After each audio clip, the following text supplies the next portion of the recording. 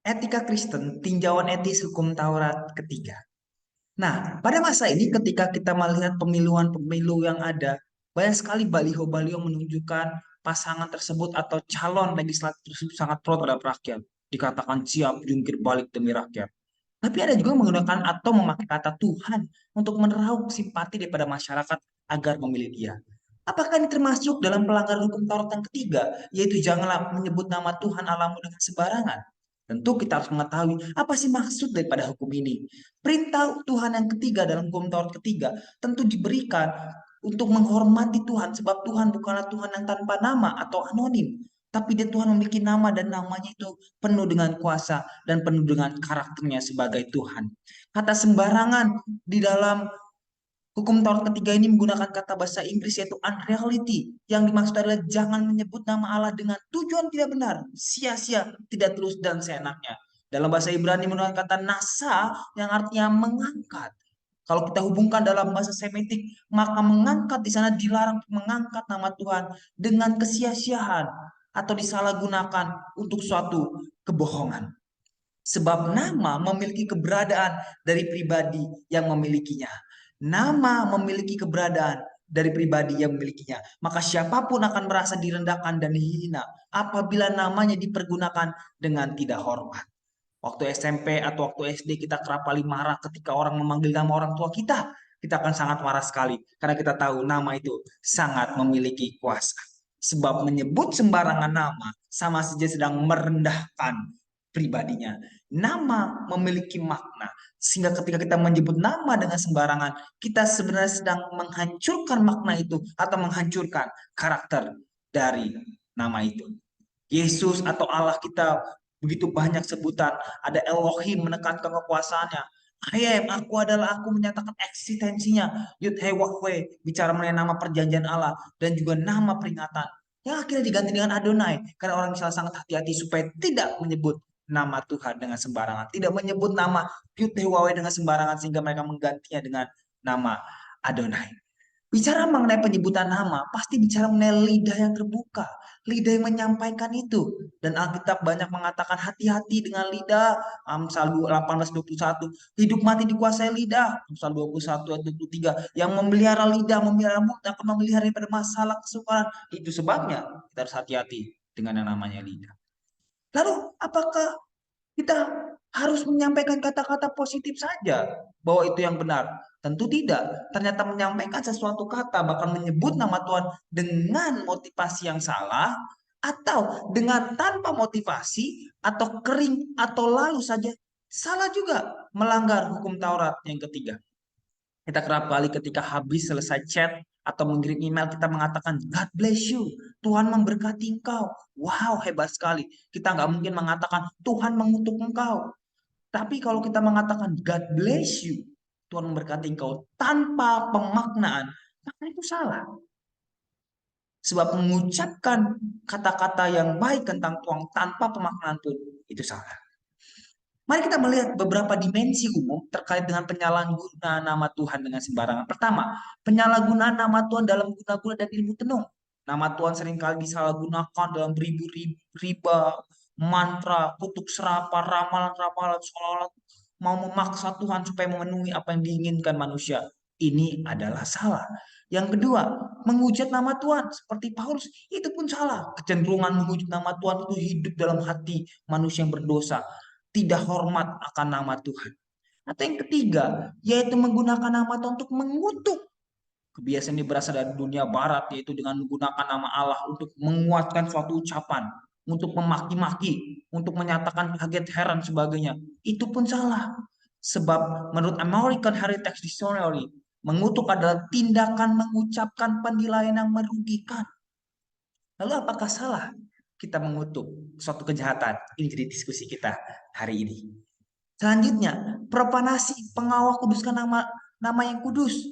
Di dunia timur terdapat namanya profanasi, pencemaran hal-hal yang kudus. Kerap kali kita mengatakan Tuhan memberitahu kepada saya, wow, memakai nama Tuhan untuk melegitimasi apa yang ucapkan. Kerap kali juga dikatakan demikianlah firman Tuhan. Tuhan menyuruhku untuk memberitahu aku punya pesan dari Tuhan. Tuhan berkata bahwa jika Anda mengirimkan uang sebanyak ini, maka Anda akan diberkati. menggunakan nama Tuhan untuk kepentingan sendiri. Ini formula-formula yang dilanggar atau yang melanggar hukum Taurat yang ketiga. Selanjutnya, yang kelima, menyalahgunakan nama Tuhan dalam propaganda, dalam semboyan-semboyan politik. Pilih saya pemimpin yang diridhoi oleh Allah. Itu kan artinya kita menggunakan nama Tuhan dengan sembarangan. Pakai jargon-jargon politik, semboyan-semboyan yang memakai nama Tuhan. Itu termasuk pelanggaran hukum Taurat yang ketiga. Yang keenam, menyalahgunakan nama Tuhan di dalam nubuatan palsu. Biasanya nubuatan asli hanya nubuatan yang diberikan oleh Tuhan, sedangkan nubuatan palsu adalah nubuatan yang demi Tuhan, memberitakan berita yang bertentangan dengan berita Tuhan. Pakai nama Tuhan supaya apa? Supaya orang mau dengar, padahal itu adalah nubuatan yang palsu. Yang ketujuh, menyangkal nama Tuhan. Ternyata menyangkal nama Tuhan terdapat pada orang ateis pun juga salah. Baik ateis teoritis maupun ateis praktis, itu termasuk pelanggaran terhadap hukum Taurat ketiga. Bagaimana perbuatan ini dilakukan untuk melakukan permusuhan dalam bentuk teori-teori dan pemandangan-pemandangan yang berusaha menyadakan dan meremehkan nama Tuhan yang adalah karakter Tuhan, yang adalah eksistensi Tuhan. Yang kedelapan, membungkam mengenai nama Tuhan.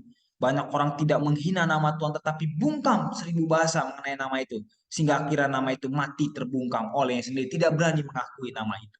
Selain itu banyak dimensi lain. Kok di gereja hari ini ketika gereja-gereja menyatakan teologi palsu, itu pun termasuk pelanggaran. Nama Tuhan dipanggil dalam konteks sepele atau duniawi, itu pun termasuk. Bahkan kalau kita lihat ada namanya stiker-stiker bumper yang ada di motor-motor mobil, itu pun termasuk pelanggaran nama Tuhan. Demikian juga membuat humor-humor pakai Tuhan, itu pun termasuk di dalam pelanggaran hukum Taurat yang ketiga. Nah, kalau kita lihat dimensi yang sangat luas ini, kita harus menggunakan nama Tuhan itu dengan iman. Ada hubungan yang amat erat antara iman dan pengakuan. Seorang beriman yang percaya harus mengakui kepada siapa yang percaya.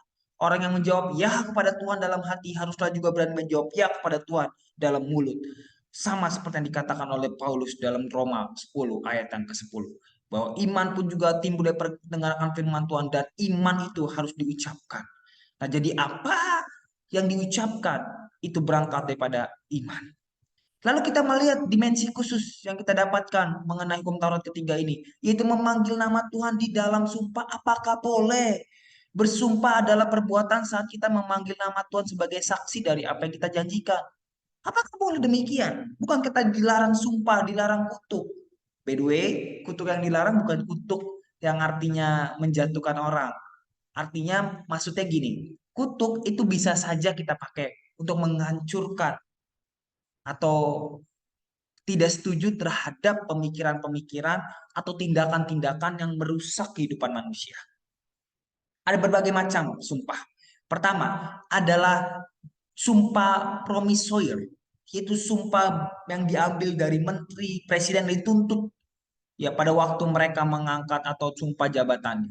Lalu yang kedua adalah sumpah asestoir yang meneguhkan kebenaran suatu keterangan yang diberikan. Sumpah asestoir terdapat misalnya dalam hukum pidana, hukum sipil dan lain sebagainya, yaitu jika seseorang dipanggil untuk memberikan kesaksian maka akan disumpah ini. Kalau kita melihat dari dua ini, apakah tidak boleh bersumpah? Jawabannya boleh.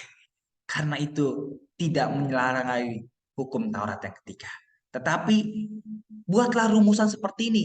Kalau orang Islam dengan Al-Quran, orang Kristen dengan Alkitab, dan kiranya ketika kita bersumpah, bersumpahlah dalam jabatan itu dengan mengatakan, saya bersumpah demi nama Allah Bapa, Anak, dan Roh Kudus, nama atau Allah Tritunggal. Beberapa soal teologis etis mengenai sumpah. Pertama, veritas in mete berarti bahwa kita tidak boleh mengangkat sumpah bohong atau tanpa dipikir dan secara serampangan. Harus ada kebenaran dan kesadaran dalam hati.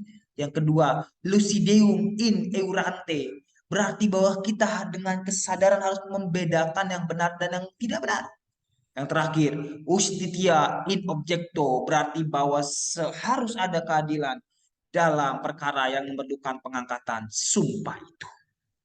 Apakah yang diikrarkan dalam sumpah, sumpah demi nama Allah, mempunyai suatu kewajiban rohani untuk mengikat kita kepada tanggung jawab yang kita lakukan.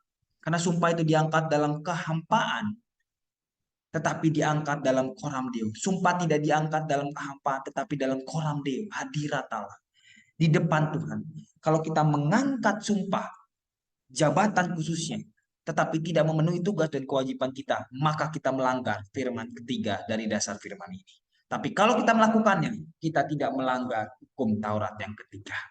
Selanjutnya, bahwa ada batasan-batasan ikrar dalam sumpah. Sumpah itu mengikat, tetapi sumpah tidak mengikat tanpa syarat dan tanpa batas. Sumpah tidak boleh dianggap sebagai blanko cek kepada pemerintah yang boleh diisi dengan sewenang-wenangnya. Batasan-batasan sumpah terletak dalam perintah-perintah Allah. Kalau kita demi nama Allah mengikat diri untuk melanggar perintah Allah, maka itu menghujat nama Allah, melanggar hukum Taurat ketiga. Pelanggaran sumpah yang demikian itu tidak boleh dianggap sebagai pelanggaran dalam arti yang dalam, tapi sebagai memperingatkan kita kepada nilai sumpah yang tertinggi. Akhirnya saya sampaikan bahwa kita harus mengerti dalam sumpah pengucapan nama Tuhan itu, yaitu koram deo, hadirat Allah. Ketika kita sumpah jabatan atau sumpah saksi, ingatlah kita bukan bersumpah di depan hakim atau di depan pemimpin, tapi kita sumpah di hadirat Tuhan. Sumpah adalah soal yang sungguh-sungguh berat. Maka setiap orang yang akan mengangkat sumpah perlu dalam doanya membicarakan ikrar dan kewajibannya dengan dia. Inilah yang menjadi dimensi di dalam hukum Taurat yang ketiga dalam etika Kristen. Pertanyaan kiranya ini jadi diskusi buat kita. Apakah bermain-main dengan bahasa roh merupakan pelanggaran terhadap hukum Taurat ketiga dan termasuk menghujat Roh Kudus? Kita diskusikan sama-sama. Demikianlah Tuhan Yesus memberkati. God bless you.